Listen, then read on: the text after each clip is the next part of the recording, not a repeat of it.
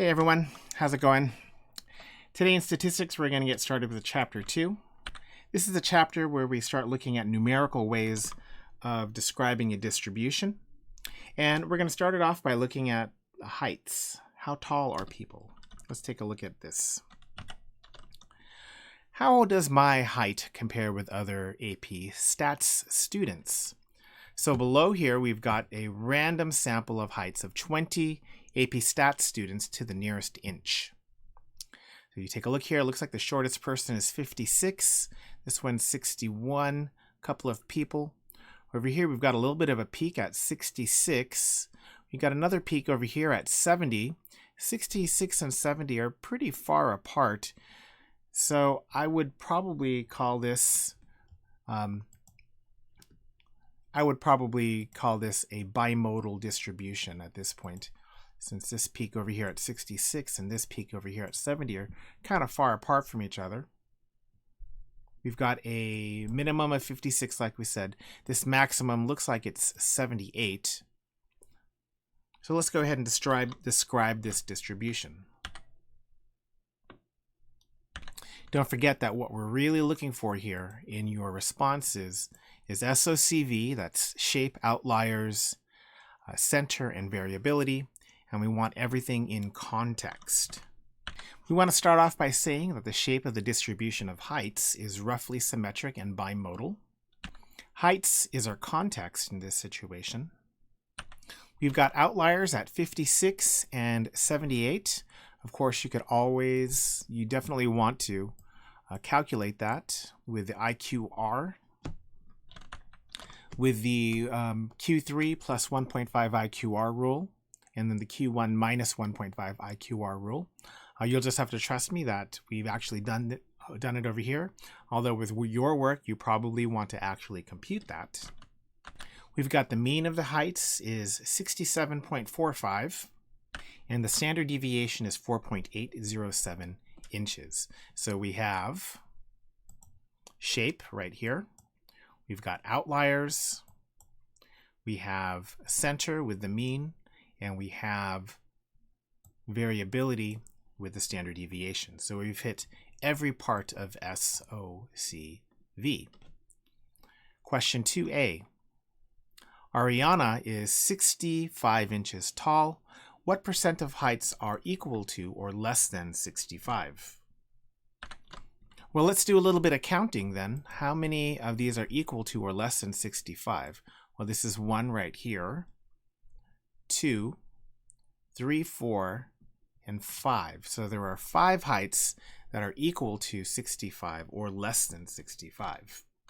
And since there are 20 total heights, we can compute 5 out of 25. And that's going to be 25.25. An interpretation here would be to say that Ariana is at the 25th percentile. Notice that we're using the word at instead of in or anything weird like that.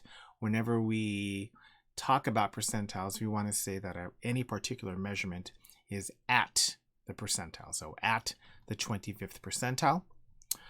Number 2b, you would probably do for your own height, since I'm the only one here. I'm going to go ahead and do my height. I'm 68 inches tall. So what percentages of the heights are less than or equal to mine?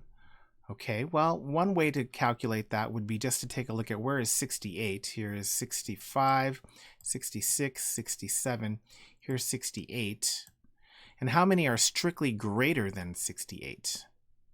We've got 2 plus 3 is 5, 6, 7, 8. And so there are 9 heights that are strictly greater than 68.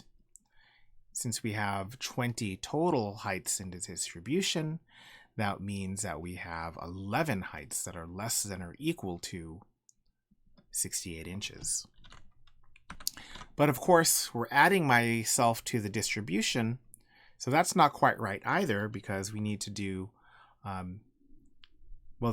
there's one more height at 68 now, so add my height to the distribution, and now I'm at 12 out of 21, which is about 57.14. And of course, we would interpret that as Mr. Ferreria is at the 57th percentile. Now, let's take myself out of here, and we're going to compute the table. Let's see, how many heights are between 56 and 60? And I think that's including 56 and 60. Let's just do a little bit of counting here. Between 56 and 60, that is just the 1. So scrolling down over here, the frequency is just the count, and that's going to be 1. The relative frequency is 1 out of 20, which is 0.05. And the cumulative relative frequency is also 0.05 because there is only one height that is equal to or less than 60. Let's take a look at the next height class, which would be 61 to 65. And let's count how many heights are 61 to 65. That's 2 right there, 3, and 4. So the frequency is 4. The relative frequency is 4 out of 20, which is 0.2.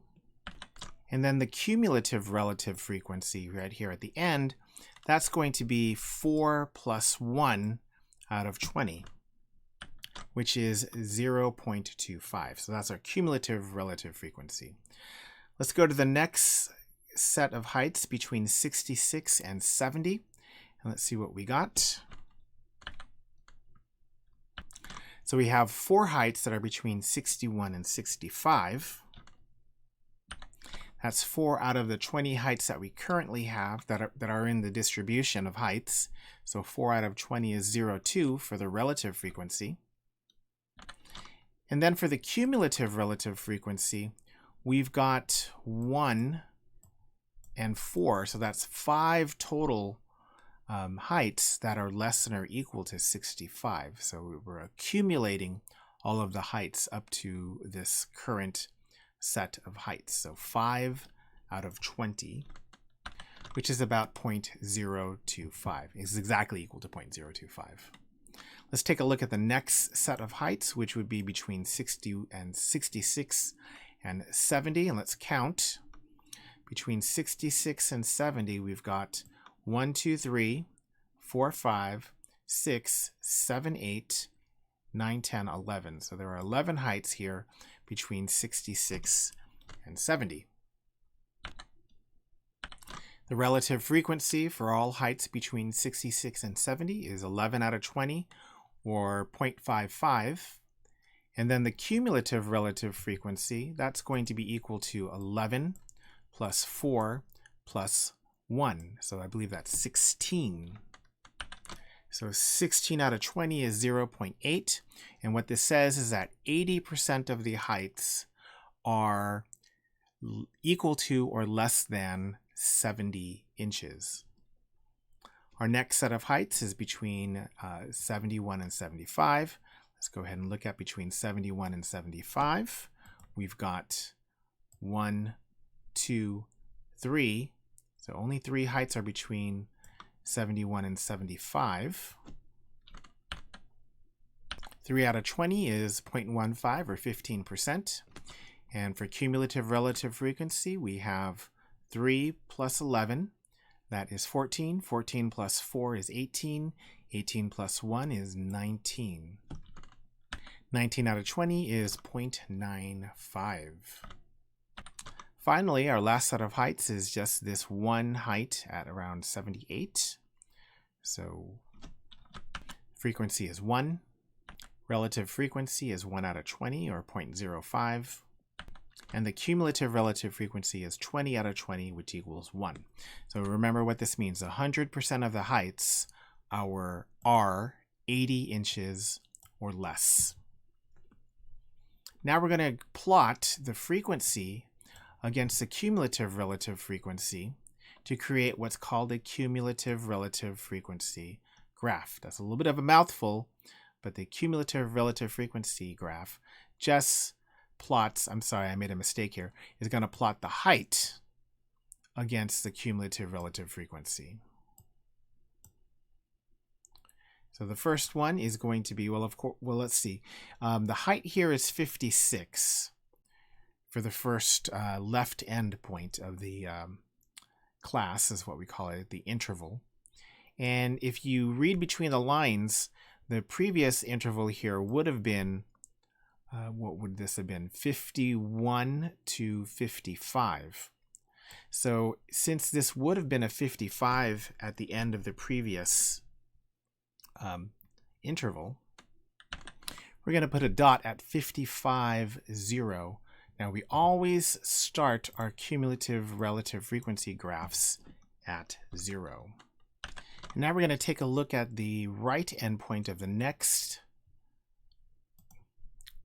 interval, and the right interval of the next, the right endpoint of the next interval is 60, and we get 0.05. So we're going to graph 60 and 0.05. And then we're going to connect those two dots. So the rest of these are going to proceed in pretty much the exact same way. We're going to do 65 and 0.25. Connect them. Then move on to the next coordinate, which was going to be 70 and 0.8. Next we have 75 and 95.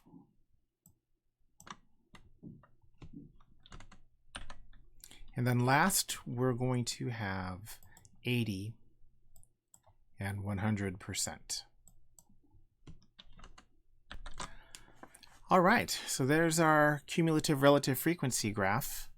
And the good thing about the cumulative relative frequency graph is that you can use it to estimate percentile values. So taking a look at what I have here, I have Mr. Ferreria 68 inches tall, estimate and interpret the percentile he's at using the graph. Well, that's not that big of a deal. I'm just going to take this, I'm going to basically what's easiest for me is I'm going to draw a rectangle at 68. So I'm going to figure out where 68 is here.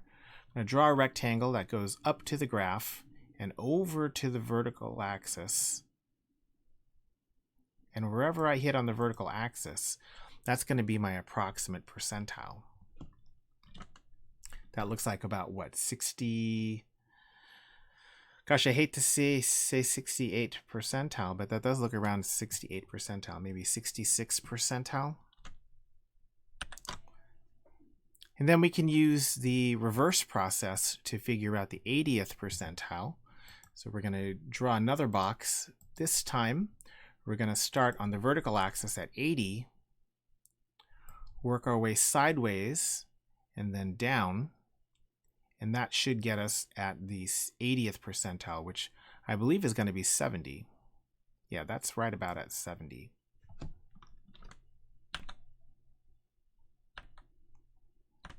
So what we would say is that 80% of all student heights are at or below 70 inches. So make sure you see that we're saying at the height and not some other weird equal to the height, at the height.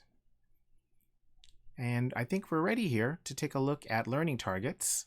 So this is quite a lot. I'm going to zoom in here for you. For our learning target 1, we have the percentile. So the percentile is the percent of the data values that are less than or equal to any given value. And what we would say, or what we would write, is that something is at a percentile and not in a percentile. Learning target number 2 would be about the cumulative relative frequency, and the graph is a line graph where the x is the data value. In our case, the x was the heights, and y would be the percentile rank.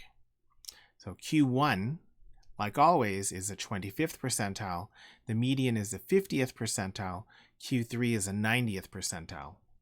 So if I want to come over here to this graph and I want to estimate the, let's just say we want to estimate the 70th percentile, or the Q3, we would draw another box at right around 75 over to the graph and down. So the 75th percentile would be right about at 69 inches. So that's one thing that we can do.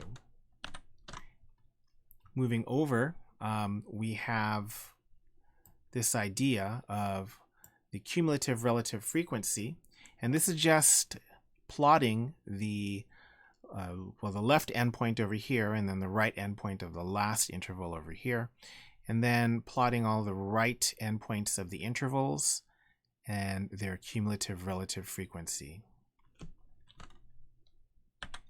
And that does it here for our Check Your Understanding, or for our important ideas, our big ideas. So we'll take a look over here now at our Check Your Understanding. We've got Mrs. Munson is concerned about her daughter's height and weight compared to other girls of the same age. She uses an online calculator to determine that her daughter is at the 87th percentile for weight and 67th percentile for height. Explain to Mrs. Munson what these values mean. And this is just like what we were practicing with our interpretations.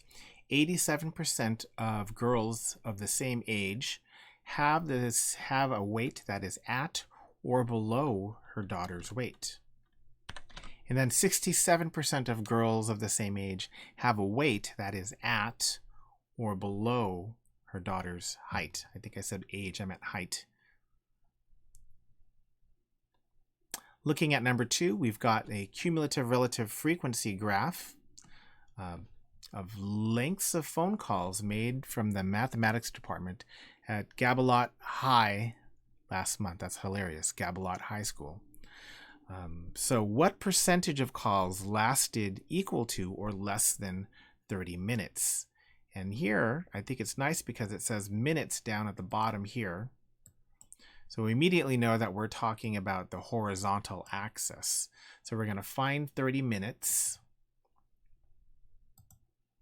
And we're going to go up to the curve. Let's use a different marker. So we're going to go up to the curve from 30 minutes. And then we're going to go over to the vertical axis, which would be cumulative relative frequency. Does that look like 65 to you? It kind of looks like 65 to me. So this says to me about 65% of calls are at or less than 30 minutes. What about more than 30 minutes? Well, 65 is equal to or less than 30, so strictly greater than 30 should just be that 35%. 100% minus 65, 35%. So, about 35% of calls are greater than 30 minutes. Part B, let's estimate Q1, Q3, and the IQR. So I'm going to go ahead and use a different colored pencil this time. And let's look for 25. 25 looks like it should be maybe right about here. We'll draw our box over to the graph and down. So it looks like that's my 25th percentile. Let's do the same thing with the 75th percentile. Let's figure out where 75 is. That looks like it's going to be right about here. So right about there. Let's go over to the line and down.